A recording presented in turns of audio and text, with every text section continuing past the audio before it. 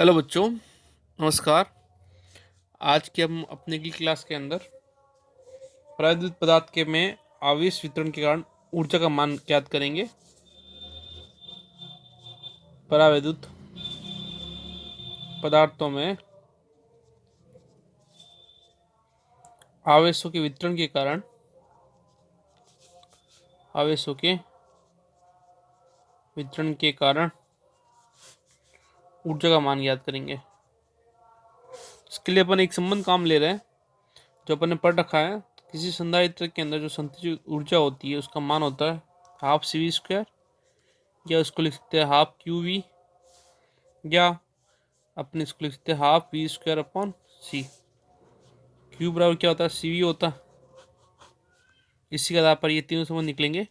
सी का मान रखेंगे क्यू अपॉन वी, तो ये कैंसिल हो जाएगा और यहाँ क्यू हो जाएगा। और अगर अपन वी का मान रखेंगे, नहीं क्यू का मान रखेंगे सी स्क्वायर, क्यू का मान रखेंगे सी इंटू वी। ठीक है, तो यहाँ पे फॉर्मूला जाएगा आपके सी इंटू वी का स्क्वायर। ठीक है, तो सॉरी ये फॉर्मूला जो होगा ये नहीं होगा, ये होगा आपके क्यू स्क्वायर अपॉन सी। ठीक है, क्यू की वैल्यू अपन पुट करेंगे, यहाँ पे वी की वैल्यू पुट करेंगे क्यू अपॉन सी, तो ये क्यू स्क्वायर अपॉन। ठीक है, ओके। तो इस तरह से अपने पास में ये ऊर्जा, संचित ऊर्जा के तीन फॉर्मूले आएंगे, half C square, half Q V, या क्यू स्क्वायर अपॉन सी। ठीक है, अब अपन को पता है, क्या पता है कि पृष्ठ आवेश घनत्व रो क्या होता है, कुल आवेश बटा आयतन।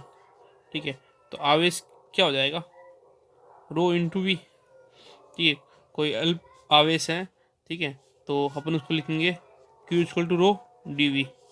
और उस संपूर्ण आवेश ज्ञात करना है तो अपन लेंगे समाकलन रो डी वी। ठीक है, तो आवेश का मान हो गया अपने पास में रो डी वी। इसी के आधार पर जो ऊर्जा होगी वो क्या होगी, हम यहाँ पे ये फॉर्मूला सेलेक्ट करते हैं, कौन सा, क्यू इंटू वी का। तो हाफ क्यू की वैल्यू क्या है, रो इंटू डी वी और वी। ठीक है, अब अपन को पता है, क्या पता है कि आवेश वाहक घनत्व रो जो होता है विस्थापन सदिश साथ में ये संबंध होता है इसका। तो ऊर्जा जो होगी वो होगी हाफ, ये वी तो नियतांक, इसको बाहर ले आओ वी, ठीक है ना, डी से यहाँ ले बाहर ले, तो अंदर क्या रहेगा, रो, रो की जगह लिखेंगे del dot D into D V. Next, अब अपन बात करते हैं, इसको एक समीकरण दे देते हैं, अपन बात करते हैं डेल डॉट डी के बारे में। इसको कैसे याद करेंगे, इसके लिए अपन डेरिवेटिव देखते हैं इसका, डी डॉट वी का। इसका फॉर्मूला क्या रहेगा, इसको अपन खोलेंगे d del dot V del, ये आगे भी अपन एक जगह काम लेंगे। ठीक है ना, तो ये फंक्शन देखना किस तरह से ऑपरेट होता है कि अपने को डेल डी डॉट वी करना है, तो पहला पद इंटू द्वितीय पद का अवकलन प्लस दूसरा पद इंटू पहले पद का डेरिवेटिव। ठीक है, तो इस तरह से अपना जो हमको चाहिए किसकी, डेल डॉट डी की वैल्यू, तो ये क्या हो जाएगा, del d dot V minus d del dot V del dot D.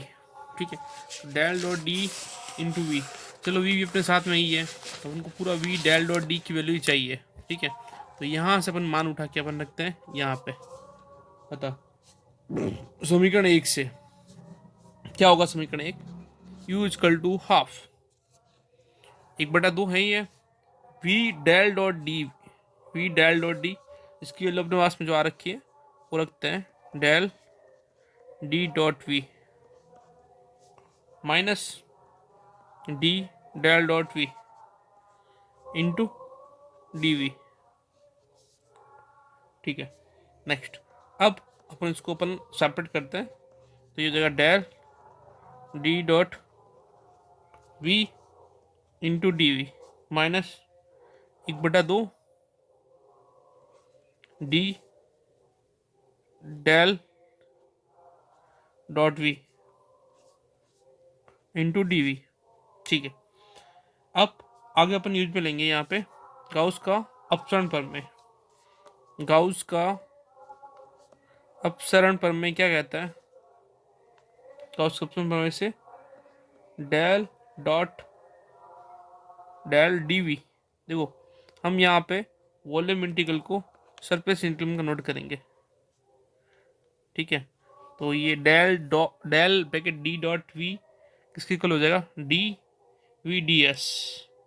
ये जो वैल्यू है डी एस के अंदर, ये अपन पुट करते हैं यहाँ पे, ठीक है। तो आगे अपने पास में जो ऊर्जा का मान है वो क्या हो जाएगा?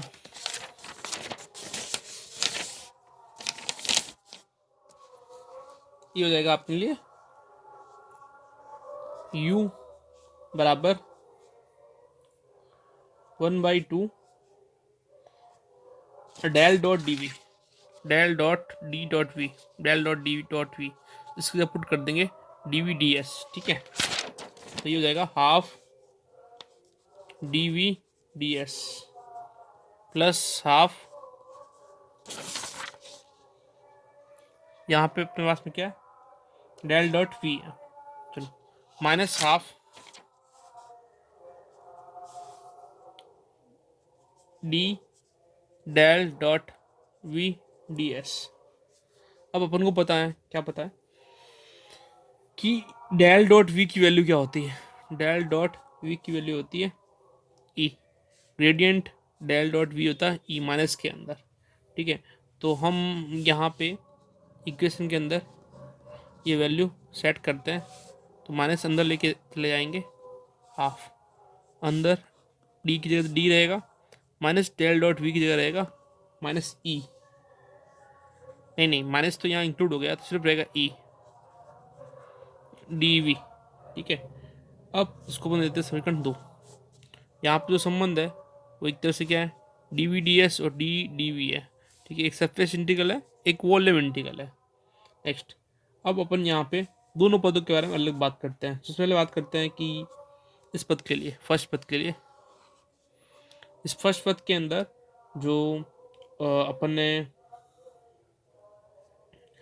आयतन ले रखा है v और सरफेस ले रखा है ds, ठीक है। तो क्या होता है कि यदि किसी निकाय में सभी आवश्यक को संचित करने के लिए अपन आयतन का मान बहुत अधिक देंगे, अपन लिखते हैं यहाँ पे कंडीशन कि यदि निकाय में आवेशों को संचित करने वाले आयतन का मान बहुत अधिक हो, तो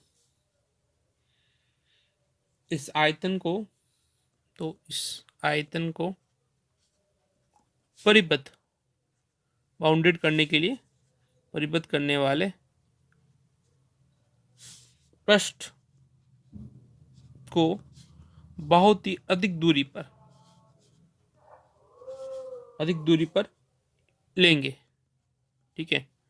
अतः यह दूरी बहुत अधिक लेने पर, यह दूरी बहुत अधिक लेने पर जो इसका सरफेस इंटीग्रल होगा वो क्या हो जाएगा?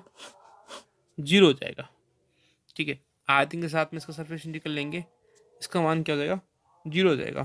तो u का जो मान है, स्थिर ऊर्जा का मान जो है, ये तो गया 0 plus half d dot E d V. Next, आगे अपन देखते हैं जो डी विस्थापन वेक्टर है, डिस्प्लेसमेंट वेक्टर, वो क्या है? एप्सिलॉन ई है। मान पुट करेंगे, क्या रहेगा? एप्सिलॉन का मान पहले पुट करते हैं। एप्सिलॉन क्या होता है? Epsilon naught into epsilon R, तो डी बराबर epsilon naught epsilon R into E, ठीक है। नेक्स्ट, तो यू का मान हो जाएगा half epsilon naught epsilon R into E का स्क्वायर, ई और ई मल्टीप्लाई हो जाएगा डी वी। नेक्स्ट, ये दोनों क्या है? नियतांक, ई स्क्वायर डी वी। आगे अपन बात करते हैं इसके ऊर्जा घनत्व की। तो ऊर्जा घनत्व का मान क्या होता है, लिखते हैं यू से या लिखते हैं यू वी से। क्या होता है, कुल ऊर्जा बट्टा कुल आयतन। ठीक है, तो ऊर्जा घनत्व क्या हो जाएगा, कुल ऊर्जा बट्टा आयतन। आयतन को डिवाइड में लेके जाएंगे, यू अपॉन इंटीग्रल वी। ठीक है, यहाँ पे वैल्यू क्या रहेगी, हाफ। वैसे इसको एप्सिलॉन लिखते हैं तो भी कोई समस्या नहीं है। ठीक है ना, हाफ एप्सिलॉन ई स्क्वायर। इसका मान है अपने पास में, ऊर्जा का मान है। वैसे अपने जो सिलेबस के अंदर सेकेंड और थर्ड यूनिट है उसके अकॉर्डिंग आपको बहुत सी ऐसी चीज़ें कंबाइंड मिलेगी सेकेंड और थर्ड यूनिट के अंदर। ठीक है, तो ये जो क्वेश्चन आ रखा है आपके, वो आपके पिछले साल नहीं और उससे 2018 के अंदर 2018 के अंदर क्वेश्चन आ रखा है। ठीक है, तो ये क्वेश्चन सेकेंड और थर्ड के यूनिट के अंदर कमेंट चलता है। जैसे आपने 12th क्लास के अंदर भी ऊर्जा घनत्व का मान निकाल रखा है, गोले के अंदर निकाल रखा है, प्रश्न पर निकाल रखा है, उसका मान यही प्राप्त होगा, half epsilon not E square. ठीक है, तो ये दोनों स्थिति के अंदर मान देख सकते हैं। ठीक है, तो डायरेक्ट भी पूछते हैं कि इसका मान ज्ञात करो, ऊर्जा घनत्व का मान। ठीक है, और ऐसे भी पूछते हैं। वैसे यहाँ तक भी इसका फॉर्मूला पूछा जाता है, कैसे, जो यू है, हम बात करते हैं एकांक आयतन के अंदर, तो एकांक आयतन के अंदर यू वी लेंगे, तो इस समीकरण से यू अपॉन डी वी का मान क्या रहेगा, half half D E, half D E. ठीक है, तो ये फॉर्मूला भी इसका भूल है। ठीक है, दोनों दोनों तरीके से क्वेश्चन पूछा जाता है। Half epsilon not E square से पूछा जाता है, हाफ डी डॉट ई से पूछा है। 2016 के अंदर इस नाम से पूछा था और 2018 के अंदर इस नाम से पूछा था। ठीक है, तो दोनों चीज़ें आती रहती है एग्जाम के अंदर।